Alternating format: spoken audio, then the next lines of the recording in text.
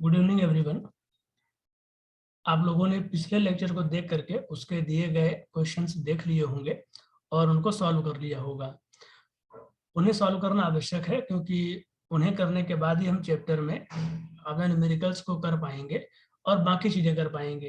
तो आइए पहले एक बार देख लेते हैं कि उन प्रश्नों के उत्तर क्या थे। आप इनके उत्तर देख सकते हैं। पहले में CO2 में कार्बन का ऑक्सीजन संख्या +4 है, H2SO4 में सल्फर का +6 है, HNO3 में +5 है, HPO3 में +5 है, SO3-2 में +4 है, NH4+ में -3 है, NO3- में +5 है, N2H4 में -2 है नाइट्रोजन का, PTNH3 2 Cl2 में प्लेटिनम का +2 है, K4FeCN6 में Fe का +2 है। अगर इनमें से आपको किसी में समस्या हो तो आप उसे कमेंट में पूछ सकते हैं या और भी तरीके से आप पूछ सकते हैं। अब हम लोग इसके बाद का पढ़ेंगे। तो सबसे पहले एक बार देखते हैं कि इलेक्ट्रोकेमिस्ट्री किसे कहा जाए, इलेक्ट्रोकेमिस्ट्री अपने को किसे कहना चाहिए। तो फिर से हम जैसा कि देख सकते हैं कि यहाँ पर दो शब्दों से ये मिलकर बनता है, एक है इलेक्ट्रो और दूसरा है केमिस्ट्री। इलेक्ट्रो मतलब इलेक्ट्रिसिटी, वैद्युत से लिया गया है, और केमिस्ट्री तो आप जानते ही हैं।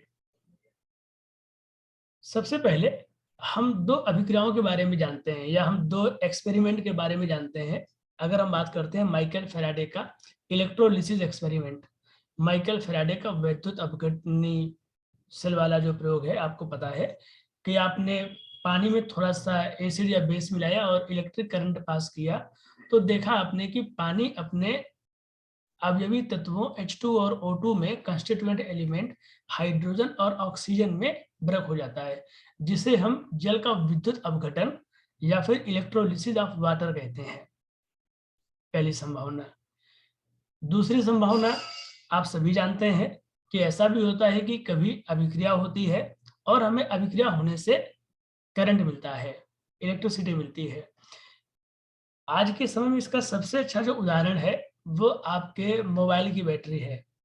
जब आप मोबाइल यूज करते हैं तो यूज करने पर आपको पता होगा कि आपके मोबाइल की जो बैटरी है that is a lithium ion battery, वो एक लिथियम आयन बैटरी है। और अगर आपने अपनी कार को देखा है, आपने अपने घर में इन्वर्टर को देखा है, या आपने एक बड़ी सी बैटरी भी देखी होगी, या जिसे आप लोग कई बार बैटरा भी कहते हैं, ज्यादा बड़ी बैटरी को बैटरा कहा जाता है। आपने देखा होगा कि वो काफी भारी होता है। एक आपके मोबाइल की बैटरी है जो हल्की है एकदम, क्योंकि अपना मोबाइल हमेशा लिए घूमते हैं आप, और दूसरी बैटरी आपके जो बहुत भारी होती है। वो भारी क्यों होती है? क्योंकि उस बैटरी में जो मुख्य होता है वो लेड होता है, पीबी होता है। अब होता यह है कि लेड एक भारी धातु है, हैवी मेटल है, तो लेड की बैटरी भारी होती है, और लिथियम एक हल्की मेटल है, तो लिथियम आयन की बैटरी हल्की होती है। हम लोग अपने चैप्टर की बात करते हैं फिर से। तो जब आप अपने मोबाइल की बैटरी को देखते हैं तो आप पाते हैं, जब आप मोबाइल यूज करते हैं तो आपके मोबाइल की बैटरी डिस्चार्ज हो रही होती है, तो उसमें एक अभिक्रिया हो रही होती है। उस अभिक्रिया के होने से, रिएक्शन के होने से आपको करंट मिलता है, जिससे कि आपका मोबाइल चलता है। फिर जब आपके मोबाइल की बैटरी डिस्चार्ज हो जाती है तो आप उसको वापस से चार्ज कर देते हैं। वापस से चार्ज करने पर एक उल्टी अभिक्रिया होती है, जो पहले हो रहा था उसका उल्टा होता होगा, और अब आपकी इलेक्ट्रिसिटी, वैद्युत ऊर्जा उस मोबाइल की बैटरी में केमिकल एनर्जी के फॉर्म में, रासायनिक ऊर्जा के फॉर्म में इकट्ठा हो जाती होगी। तो हम ऐसा कह सकते हैं कि इलेक्ट्रोकेमिस्ट्री फिजिकल केमिस्ट्री की वह ब्रांच है जिसमें कि इलेक्ट्रिकल एनर्जी, वैद्युत ऊर्जा और रासायनिक ऊर्जा, केमिकल एनर्जी का एक दूसरे में परिवर्तन पढ़ा जाता है। It is the branch of physical chemistry in which we study the inter conversion, अंतः परिवर्तन, inter conversion of electrical and chemical energy. वैद्युत ऊर्जा का रासायनिक ऊर्जा में परिवर्तन और रासायनिक ऊर्जा का वैद्युत ऊर्जा में परिवर्तन, इन दोनों को हम लोग इलेक्ट्रोकेमिस्ट्री वैद्युत रसायन चैप्टर में पढ़ते हैं। ये कन्वर्जन किस प्रकार से कर सकते हैं, रूपांतरण किस प्रकार से कर सकते हैं, इस परिवर्तन को करने के लिए, रूपांतरण को करने के लिए नियम क्या है, इन्हीं सब बातों को हम लोग इस चैप्टर के अंतर्गत पढ़ते हैं। तो ये चैप्टर आपका बहुत ही इम्पोर्टेंट है और काफी इंटरेस्टिंग भी है पढ़ने के लिए। सबसे पहले एक जहां पर छोटा सा शब्द आएगा पढ़ने के लिए, बहुत कॉमन है, जिसे हम कहते हैं सेल। सेल किसे कहा जाता है? हमने पढ़ा है अभी कि हम इस चैप्टर में इन दोनों एनर्जी का, इलेक्ट्रिकल और केमिकल एनर्जी का एक दूसरे में कन्वर्जन पढ़ते हैं। इलेक्ट्रिकल एनर्जी और केमिकल एनर्जी, वैद्युत ऊर्जा और रासायनिक ऊर्जा, इन दोनों का जो एक दूसरे में परिवर्तन है, कन्वर्जन है, हम लोग उसे पढ़ते हैं। तो जब हम ये कन्वर्जन करते होंगे तो कन्वर्जन करने के लिए कुछ प्रयोग करते होंगे। जो कन्वर्जन करता होगा वो परिवर्तन करने के लिए हम जिसको प्रयोग करते हैं उसे सेल कहते हैं। सेल वह यंत्र है, वह डिवाइस है जिसका प्रयोग करके इलेक्ट्रिकल और केमिकल एनर्जी को एक दूसरे में परिवर्तित किया जाता है। It is a device which is used to convert the electrical and chemical energy into each other. एक दूसरे में परिवर्तित किया जा सकता है। आपके जो सेल हैं वह दो प्रकार के हो सकते हैं। इन सेल को हम लोग वैद्युत रासायनिक या फिर इलेक्ट्रोकेमिकल सेल भी कहते हैं, क्योंकि इनको हम लोग इलेक्ट्रोकेमिस्ट्री चैप्टर में पढ़ते हैं। तो इनको हम लोग कई बार इलेक्ट्रोकेमिकल सेल कहना चाहिए, या आसान भाषा में केवल सेल कह सकते हैं। ये सेल दो प्रकार के हो सकते हैं। एक होता है गैल्वेनिक या फिर वोल्टिक सेल, और दूसरा होगा वैद्युत अपघटनी या फिर इलेक्ट्रोलिटिक सेल। कुछ कुछ अंदाजा हो गया होगा आपको। सबसे पहले गैल्वेनिक और वोल्टिक सेल एक ही करके देखेंगे। गैल्वेनिक सेल में अभिक्रिया होगी और हमें करंट प्राप्त होगी। अभिक्रिया होगी और हमें करंट प्राप्त होगी। जबकि इलेक्ट्रोलिटिक सेल में हम अभिक्रिया कराएंगे, करंट पास करेंगे और अभिक्रिया कराएंगे, दोनों में अंतर है। गैल्वेनिक सेल में अपने आप अभिक्रिया होगी और हमें बदले में करंट मिलेगा। इलेक्ट्रोलिटिक सेल में हम करंट पास करेंगे तब अभिक्रिया होगी। मतलब कि हम ऐसा भी कह सकते हैं कि गैल्वेनिक सेल में केमिकल एनर्जी का परिवर्तन होगा इलेक्ट्रिकल एनर्जी में, रासायनिक ऊर्जा वैद्युत ऊर्जा में बदली जाएगी। केमिकल एनर्जी जो होगी उसका कन्वर्जन होगा इलेक्ट्रिकल एनर्जी में। आपको इसको पढ़ के नोट्स बनाने पड़ेंगे अपने, तभी आपका काम चलेगा। और इसका उल्टा होता होगा इलेक्ट्रोलिटिक सेल में। आप पहले करंट पास करेंगे तो इलेक्ट्रिकल एनर्जी का परिवर्तन होगा केमिकल एनर्जी में, वैद्युत ऊर्जा बदल जाएगी रासायनिक ऊर्जा में। तीसरी बात, जैसा कि यहाँ पर कहा गया कि अपने आप अभिक्रिया होती है। जब अपने आप अभिक्रिया होती है तो उसे क्या कहा जाता है? स्वतः प्रक्रम या फिर स्पॉन्टेनियस प्रोसेस। तो हम ऐसा कह सकते हैं कि यहाँ पर एक स्पॉन्टेनियस रिएक्शन होगी। स्पॉन्टेनियस रिएक्शन अगर अपने आप होगी, आपको नहीं कराना है। जबकि इसमें जो अभिक्रिया होती है अपने आप नहीं होती है। जैसे पानी को अगर आप गर्म करेंगे तो पानी गर्म करने पर बहुत आसानी से अपने कंस्टिट्यूएंट में, अपने अवयवी तत्वों में H2O2 में नहीं टूटता है। पानी, वाटर एक पर्याप्त स्टेबल कंपाउंड है, टूटता नहीं आसानी से। तो आप उसको अपने तोड़ेंगे आप तो कैसा होगा? Non spontaneous. तो इसमें अस्वतः या फिर नॉन स्पॉन्टेनियस प्रोसेस या रिएक्शन कराई जाएगी, बड़ा अंतर है। वहां पर अपने आप होगी जबकि यहाँ पर कराई जाएगी। Non spontaneous reaction is carried out, आप उसे कराएंगे। अब आप कैसे कराएंगे यह एक अलग बात है। अब अगर आप एक नॉन स्पॉन्टेनियस रिएक्शन कराएंगे और एक स्पॉन्टेनियस कराएंगे तो हमको पता है थर्मोकेमिस्ट्री से, अगर आपको नहीं पढ़ा है या नहीं पता है तो आप उसको सीख लेंगे। अगर एक अपने आप अभिक्रिया होती है तो अभिक्रिया में डेल्टा जी कैसा होता है, नेगेटिव। तो इसमें गिब्स फ्री एनर्जी, गिब्स मुक्त ऊर्जा ऋणात्मक होगी, जबकि ये कैसा, नॉन स्पॉन्टेनियस, तो इसमें गिब्स फ्री एनर्जी कैसी होगी, धनात्मक या फिर पॉजिटिव होगी। तो इस वाले सेल में, पहले वाले सेल में डेल्टा जी नेगेटिव होगा, जबकि दूसरे वाले सेल में डेल्टा जी पॉजिटिव होगा।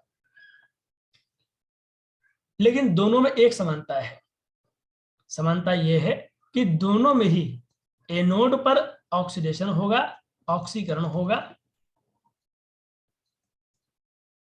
और दोनों में ही कैथोड पर रिडक्शन होगा। ये बात दोनों में एक जैसी है, दोनों में कॉमन है। ये हम बात लिख देते हैं यहां पर भी कि ये समानता है, इसके भी एनोड पर ऑक्सीडेशन होगा, ऑक्सीकरण होगा, जबकि इसके कैथोड पर अपक्षयन होगा या फिर रिडक्शन होगा। ये चीज दोनों में एक जैसी होती है, लेकिन एक सरप्राइजिंग अंतर और भी है, जरा उसको देखिएगा। इसका जो एनोड होगा वो एक नेगेटिव इलेक्ट्रोड होगा। हम लोग समानता ये पढ़ते हैं कि एनोड धनावेश होता है, एनोड पर पॉजिटिव चार्ज होता है, जबकि ऐसा नहीं होता है, थोड़ा सा केमिस्ट्री में अलग है। और कैथोड कैसा होगा, पॉजिटिव। तो ये मतलब हमारे कन्वेंशन, परंपरागत बातों से अलग जा रही है। यहाँ पर लेकिन वैसा ही होता है, यहाँ पर एनोड पॉजिटिव होता है और यहाँ पर कैथोड नेगेटिव होता है। एक बार हम इन सारे अंतरों को फिर से देख लेंगे। सबसे पहले गैल्वेनिक या वोल्टिक सेल में अभिक्रिया अपने आप होगी और हमें करंट प्राप्त होगी, जबकि इलेक्ट्रोलिटिक सेल में आप अभिक्रिया करंट पास करके कराएंगे, आप करंट पास करेंगे फिर आपको अभिक्रिया मिलेगी। तो हम ऐसा कह सकते हैं कि पहले वाले सेल में केमिकल एनर्जी कन्वर्ट होगी, बदलेगी, परिवर्तित होगी इलेक्ट्रिकल एनर्जी में, जबकि दूसरे में उल्टा होगा, इलेक्ट्रिकल एनर्जी कन्वर्ट होगी केमिकल एनर्जी में।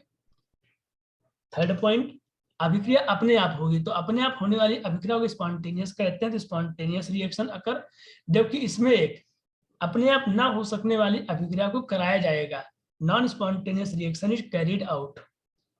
फोर्थ, डेल्टा जी नेगेटिव होगा और उसमें डेल्टा जी पॉजिटिव होगा। एनोड पर ऑक्सीडेशन होगा जबकि कैथोड पर रिडक्शन होगा। ये बात दोनों में एक जैसी है। हम समानता पढ़ते हैं कि एनोड धनात्मक होता है, कैथोड ऋणात्मक होता है, लेकिन ऐसा हमेशा नहीं है। इलेक्ट्रोलिटिक सेल में तो ऐसा होता है, लेकिन गैल्वेनिक या वोल्टिक सेल में इसका उल्टा होता है, एनोड नेगेटिव होगा जबकि कैथोड हमारा पॉजिटिव होगा। यहाँ पर आप एक बात को ध्यान दे सकते हैं, अगर आपको कभी भूलने का हो तो एनोड का ए वॉवेल है, स्वर है, वॉवेल आपने पढ़े हैं, और कैथोड का सी कंसोनेंट है, तो रिडक्शन का आर भी कंसोनेंट है। तो अगर आप भूल जाएं तो हमेशा एनोड पर ऑक्सीडेशन होगा, वॉवेल दोनों एक साथ आएंगे, और कैथोड पर हमेशा रिडक्शन होगा, दोनों कंसोनेंट भी हमेशा एक साथ आएंगे। तो हमें एक एक करके दोनों सेल के बारे में सीखना है। सबसे पहले हम लोग शुरुआत करते हैं पढ़ने के लिए एक गैल्वेनिक या फिर वोल्टिक सेल से। गैल्वेनिक सेल या फिर वोल्टिक सेल, एक एक करके इसको पढ़ना पड़ेगा ठीक से। सबसे पहली बात, एक बहुत ही आसान अभिक्रिया देखते हैं केमिस्ट्री की। आप जानते हैं कि अगर आप के पास एक विलयन हो जिंक कॉपर सल्फेट का, हम मान लेते हैं कि हमारे पास एक कॉपर सल्फेट का विलयन है, जो कि हमेशा कैसा होता है, नीला होता है। आपको ये याद भी होना चाहिए, पता होना चाहिए कि कॉपर आयन का रंग नीला होता है, तो कॉपर सल्फेट का विलयन नीला होगा। और आपने अगर इसमें एक जिंक की रॉड या जिंक की एक प्लेट डुबो दी हो इस तरह से, ये कि जिंक की रॉड है या जिंक की प्लेट, आप जो भी समझें, वो इसमें डुबो दी गई है। अब आप इस विलयन को कुछ देर के बाद देखें, आफ्टर सम टाइम, तो आपको कुछ चेंजेस दिखाई देंगे। क्या क्या दिखाई देगा आपको?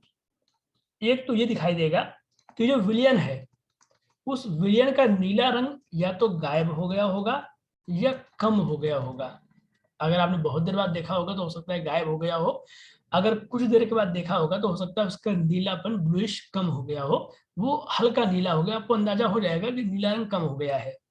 दूसरा आपको ये दिखेगा कि जो ये आपने रॉड ली थी, जो प्लेट ली थी, रॉड ली थी जिंक की, ये जितनी डूबी थी ये हल्की हल्की कुछ जैसे घुल गई हो, कोरोड हो गई हो, किसी ने खा लिया हो।